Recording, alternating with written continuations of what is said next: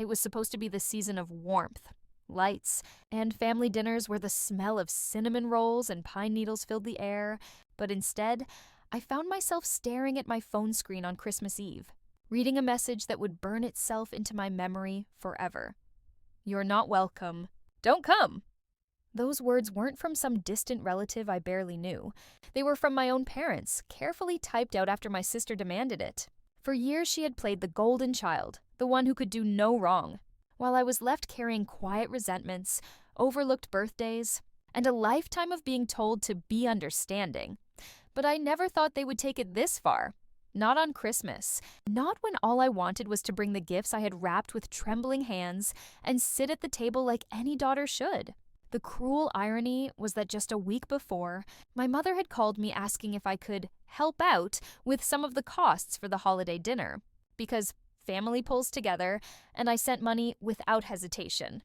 Yet here I was, exiled by the very people who never thought twice about cashing in my sacrifices. I remember standing in my apartment, the glow of the fairy lights I'd strung up myself making the room feel emptier than ever, wondering how I went from being their dependable daughter to being cast out like an unwanted guest.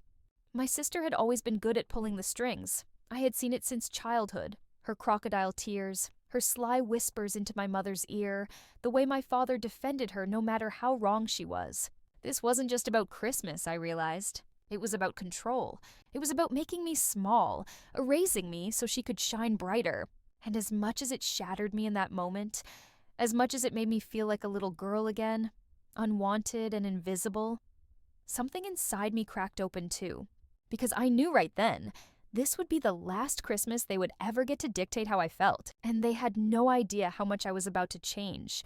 I didn't show up at their house that Christmas. Not even to stand outside and look at the lights through the window like I used to when I was a kid. Too scared to ring the bell after my sister had tattled about some silly fight. Instead, I stayed in my apartment with the curtains closed and the television on mute, just listening to the echo of silence that had followed me all my life whenever they decided I wasn't worthy of inclusion. The truth is, this wasn't the first time they had used the word unwelcome. It had slipped out in softer ways before, in comments about how I always make things harder, in my father's sighs when I asked for help, in my mother's thin-lipped smile when she told me to just let your sister have this one. I replayed every moment in my head, from birthday parties where my cake was smaller than hers, to graduations where she got the expensive camera photos while I had blurry ones snapped on a phone. It hit me how much of my life had been a pattern of me shrinking down just to fit their expectations, just to be allowed in the room. But this Christmas was different because for the first time, I wasn't standing there waiting for an apology that would never come. I wasn't pacing the floor hoping they would call me back and say it was a mistake. I was just sitting in my own home, with my own tree, with my own life, realizing that maybe the reason they cut me off so sharply was because deep down, they already knew I was slipping away from their control. I had a steady job, I wasn't borrowing money from them anymore, and I had friends who didn't measure my worth by how well I bowed down to someone else's demands. I think my sister saw that too, and it scared her, because if I stopped playing the scapegoat, who would she tower over? Who would make her look like the perfect daughter by comparison? That thought was painful, but it was also freeing. As the hours dragged on and midnight rolled around, I poured myself a glass of wine, lit every candle I owned, and whispered out loud, "This is the last time you'll ever break me." And I meant it, even if I didn't yet know exactly how I would change. All I knew was that they had drawn the line, and now it was my turn to decide what life on the other side would look like. The weeks after that Christmas were some of the loneliest and at the same time most clarifying days of my life. Because silence has a way of forcing you to hear the truth you've been avoiding. My parents didn't call, not even once, though they posted cheerful family photos on Facebook where my sister stood front and center holding the dog I had rescued years earlier, as if it had always been hers. Old relatives I barely spoke to clicked like and left comments about how beautiful the family looked together, and I stared at those pictures with a kind of numbness that surprised me. Normally, something like that would have cut deep, but instead, I felt a strange sense of distance, like I was watching strangers play a part they had rehearsed for decades. The anger simmered under my skin, but alongside it was this new determination I hadn't felt before. I began to notice how much of my life had been built around trying to earn scraps of validation from them. The endless gifts I bought for their birthdays, the times I dropped everything to babysit my sister's kids while she went out, the money I loaned my parents that was never returned. It was like waking up from a long sleep and realizing the dream was rigged against me from the start. Around mid-January, my sister called, her voice syrupy sweet, pretending nothing had happened. She said, "We're thinking of having a family dinner soon. Maybe you could bring dessert," as if she hadn't engineered my erasure just weeks before. I didn't raise my voice. I didn't ask her why. I simply said, "I'm busy," and hung up. That was the moment I knew I was really changing, because the old me would have caved, would have asked what to bring, would have showed up smiling through the ache. But not anymore. I started redirecting all that energy I had wasted on them into myself, into saving money, into decorating my apartment so it felt like a sanctuary, into reconnecting with friends I had neglected. The more I built my own world, the smaller their hold on me became, and the clearer it was that my sister's power only worked when I played along. For the first time, I realized the cruel truth. My parents weren't protecting her out of love. They were using me out of convenience because I was the one who could be sacrificed over and over without complaint. The day I fully accepted that was the day the grief turned into resolve. I wasn't going to beg for a chair at their table anymore. I was going to build my own table, and if they ever came knocking, it would be me deciding whether or not to open the door. By February, the calls shifted from fake sweetness to open pressure. My mother rang me one Sunday afternoon, her voice tight with irritation, and said, "Your sister feels hurt that you've been avoiding her. You know, family is all we have." I almost laughed at the hypocrisy, because wasn't it family who left me alone on Christmas? Instead, I calmly replied, "Family is supposed to be there for each other, not cut one out when it's convenient." And the silence on the other end of the line told me she wasn't expecting pushback. A week later, my father sent me a text. Short, cold. "Your attitude is disappointing. Don't forget who raised you." I stared at the words for a long time before typing back, "I haven't forgotten. That's exactly why I'm done." The old me would have deleted the draft, worried about the fallout, but I hit send without hesitation. That was the moment I felt something shift in me for good. I wasn't the scapegoat daughter anymore. I was a grown woman who didn't need to justify her existence to anyone. Meanwhile, life outside of them was blossoming in ways I hadn't anticipated. I got a promotion at work, small but symbolic. And I treated myself to a weekend trip with friends where I laughed so hard my cheeks hurt. I posted pictures online. Nothing flashy, just me smiling in places where the air felt light. And I know they saw them, because my sister sent me a passive-aggressive message. "Glad to see you're having fun while the rest of us deal with real family responsibilities." That was her way of reminding me that I was supposed to feel guilty for not being their endless caretaker. Instead, I felt a kind of freedom I had never tasted before.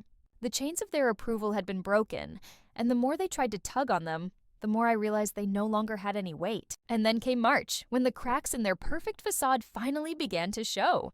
My cousin called me late at night, whispering like it was a secret, to tell me my sister had been bragging too loudly at a gathering, saying how she had convinced my parents to cut me off because she always wins.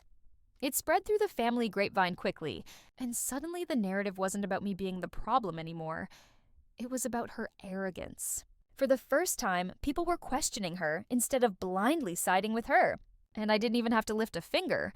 I just stayed quiet, kept living my life, and watched as the cracks widened. Proof that sometimes the best revenge is simply removing yourself and letting the truth echo in the silence you leave behind. By spring, the storm my sister had stirred up was beginning to turn against her, though of course my parents tried to pretend everything was under control. They started calling relatives to clarify misunderstandings, painting me as the stubborn one who refused to come around. But the problem was, people had already heard her brag in her own words. One aunt, who had always been lukewarm toward me, actually reached out and said, "I don't know what your sister was thinking saying those things out loud. It made her look cruel." I didn't gloat. I didn't even try to explain myself. I just listened, because for once someone else was seeing what I had been living through my entire life. Meanwhile, my parents doubled down on their pressure. My mother showed up at my apartment one evening unannounced, something she hadn't done in years, and stood at my door saying, "We can work this out if you just apologize to your sister." That line cut through me like ice, because even after everything, her solution was me bowing down yet again. I told her calmly, "I'm not apologizing for existing," and I closed the door. My hands were shaking afterward, but the overwhelming feeling was relief. I hadn't crumbled. I hadn't caved. I had chosen myself. After that, the messages turned manipulative. Hints about how my father's health wasn't great, how they didn't want regrets, how families shouldn't stay divided. They expected me to fold out of guilt, but instead, I started writing everything down. The texts, the calls, the money I had given them over the years, the proof that I had carried more than my share. Not because I wanted revenge in the form of some grand confrontation, but because I wanted to remind myself, in black and white, that I wasn't crazy, that I hadn't imagined the imbalance. And as I built that quiet record, I started to notice how my life was expanding in the spaces they used to occupy. I signed up for classes I'd always wanted to take, I built stronger friendships, and I even began to imagine a future where holidays weren't a source of dread, but something I could create on my own terms. Then in April, I heard through a coworker who knew my sister's friend that she had been complaining nonstop about me, how I was acting superior, how people are starting to take her side, meaning mine. And for the first time in my life, I felt no need to defend, explain, or correct the story. I just smiled quietly to myself because the truth was doing the work I never had the power to force before. By the time summer rolled around, the balance had shifted so much that even I was surprised at how quickly the mask was slipping from their perfect family image. My sister had pushed too hard, demanded too much, and people were beginning to distance themselves from her, not me. I heard from another cousin that she had tried to host a 4th of July barbecue only to have half the guests decline at the last minute. "She's not as charming as she thinks," my cousin said with a laugh, and for once, I wasn't the punchline. My parents, though, were still clinging to the fantasy. My father left me a voicemail, his voice gruff like he was delivering a business ultimatum, saying, "This family doesn't work if you keep pulling away. You're making things worse for everyone." I played it twice, then deleted it because what he really meant was, "You're not letting us use you anymore, and we don't know how to function without that." The funny thing is, while they were scrambling to control the narrative, my own life was calmer than it had ever been. I had savings building up for the first time. I was planning a trip abroad with friends, and I was walking into rooms no longer carrying the weight of their judgment on my shoulders. That freedom showed. People noticed I was different, lighter somehow, and the more confident I became, the less their absence felt like a wound and more like a healed scar. But I wasn't naive. I knew they'd try something bigger soon. And sure enough, at the end of July, my sister tried to spin the story again, this time saying I had abandoned the family, that I was selfish for living my life without them. It backfired, though, when one of my uncles asked her point blank at a gathering, "Didn't you tell everyone you got her cut out of Christmas? How is she the selfish one?" She stormed out in tears, and later I got a furious text. "You're destroying this family." But I hadn't said a word. I had just stayed quiet, let the truth unravel on its own. And in that moment, watching her web tangle around her, I understood something deeply. Sometimes the most powerful revenge isn't loud or dramatic. It's living so fully outside their grip that they can't stand the reflection of their own emptiness. August brought the breaking point. I got an invitation in the mail. Not a call or a text, but an actual printed card with gold lettering announcing a family reunion at my parents' house. My name was written at the bottom almost as an afterthought, like they wanted proof they had included me without truly wanting me there. I stared at it for a long while, the irony stinging. Months earlier, I wasn't welcome even for Christmas dinner, yet now I was suddenly worthy of being paraded in front of relatives to make them look whole again. The old me might have gone anyway, clinging to the hope of mending things. But this time, I didn't even hesitate. I tore the card in half, dropped it in the trash, and felt a surge of control wash over me. That night, my sister called, her voice sharp, saying, "You better show up, or everyone will know what kind of daughter you are." I didn't yell. I didn't defend. I just said they already know, and hung up. The silence afterward felt like armor. In the weeks that followed, whispers reached me. That the reunion was awkward, that people noticed my absence, that my parents kept making excuses no one fully believed. Relatives were finally starting to piece together what I had endured, and without my presence to scapegoat, my sister's manipulations were standing naked in the light. Meanwhile, my own world was opening wider. I took a solo trip to the coast, walking barefoot along the shoreline at sunrise. And it struck me that this was the first summer in my entire adult life where my joy didn't hinge on whether my family let me in or shut me out. I felt the waves lap at my ankles and thought, this is mine. My life, my choices, my peace. For so long, I had been begging for scraps at their table, but now I was sitting at a feast of my own making, and the hunger I carried for their approval had finally starved itself out. When September came, I heard through the grapevine that my sister had a meltdown at a family dinner, shouting that I thought I was better than everyone else. The irony almost made me laugh out loud, because I had never said that. All I had done was choose myself. And yet, in their world, self-respect looked like arrogance. Boundaries looked like betrayal. I realized then that I wasn't just changing, I was gone. Already building a life so far beyond their reach that all they could do was talk about me in the rooms I no longer entered. By October, the shift was undeniable, and even the relatives who once dismissed me as too sensitive were beginning to see the cracks for themselves. My aunt called one evening, her tone hesitant, and admitted, "Your sister keeps bringing you up at every gathering. It's almost like she needs you to be the villain in order to feel important." I didn't argue. I didn't pour out my hurt like I used to. I just said, "That's not my role anymore," and let the silence speak for me. That phrase, "not my role," became something I repeated to myself every time the guilt tried to creep back in. When my father left another voicemail demanding I stop disrespecting this family, I whispered it again. When my mother wrote a long text about how it's time to put the past behind us, yet still blamed me between the lines, I repeated it. Not my role, not my burden, not anymore. Meanwhile, my own life was thriving in ways they couldn't touch.